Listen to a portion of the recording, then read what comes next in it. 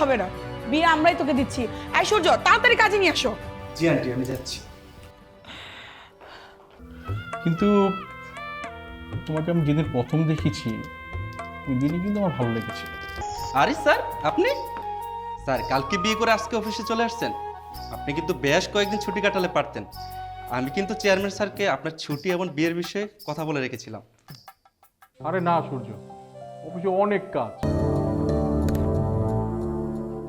ও মাই god. তাই বলে তুই সারাটা জীবন এভাবে কাটিয়ে দিবি? আমার চোখের সামনে আমার ছেলের জীবন নষ্ট হয়ে যাবে, এটা আমি কিভাবে মেনে নিব? তোমার সাথে কিছু কথা ছিল, কথা শেষে আমি চলে যাব।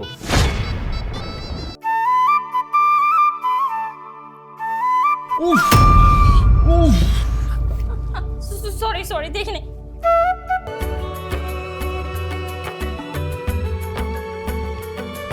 আমি কার আশায় এই সংসারে থাকবো, কার জন্য এই সংসারে থাকবো মা?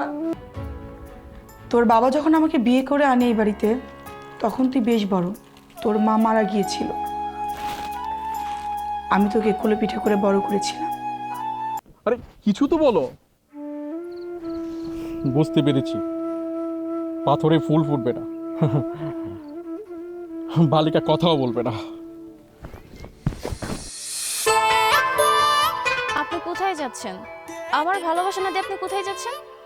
তুমি কি আমার ভালোবাসা গ্রহণ করতে চাও? আরে বাহ, আমি যদি আপনার ভালোবাসা গ্রহণই না করতাম তাহলে কি এখানে বসে বসে বাংলা সিনেমা ডায়লগগুলো শুনতাম?